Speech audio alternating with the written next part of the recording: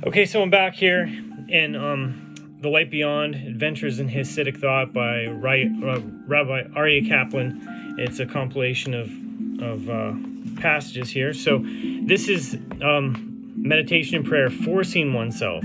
The Baal Shem taught, there are times when you feel you cannot pray. Do not give up trying that day. Instead, strengthen yourself all the more and arouse your awe of God. This is very much like a king in battle who must disguise himself so as not to be recognized by the enemy. Those who are wise are able to recognize the king by his motions. Those who are less wise can still recognize the king, since he is always surrounded by many extra guards. The same is true when you cannot pray with devotion. You should know that the king is there and that you are encountering his additional guards. The only reason you cannot come close to the king is because of his great protection surrounding him. You must therefore fortify yourself with reverence, great strength, and additional intensity in order to break through this barrier and come close to God. If you are successful, you will be able to pray with the greatest possible feeling. Now, from his grandson, Rabbi Nachman, he says, Rabbi Nachman constantly spoke to us about praying with feeling. So he told us to put all our energy into the words of our prayers. Many times, he told us to force ourselves to pray. There were some people who said that prayer must come of itself without being forced. Rabbi Nachman said that they were wrong, that you must do everything in your power to force yourself.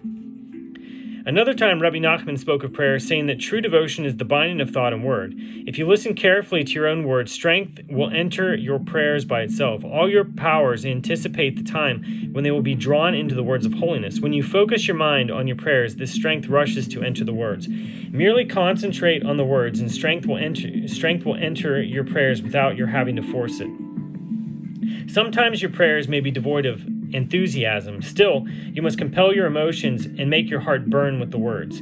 A person sometimes works himself up and actually makes himself angry. People say he is working himself into a rage. You must do the same during prayer. Like the man who makes himself angry, work yourself up and bring all your emotions into your prayers.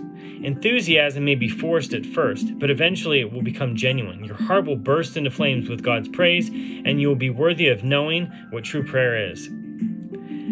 You will try very hard at times and still not be able to pray. Never become discouraged. This is the most important rule of all.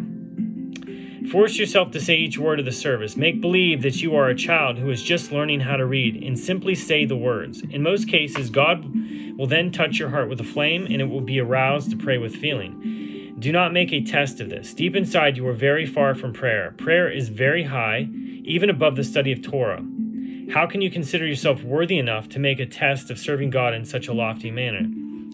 Just do your part. Simply begin reading the words of the service. Listen to every word you say. Concentrate, and do not let your thoughts stray. Simply keep your mind on the words of the service. Follow the order of service, even without feeling. Continue word by word, page by page, until God helps you achieve enthusiasm and feeling. The words of Rabbi Nachman come from Sichot Haran.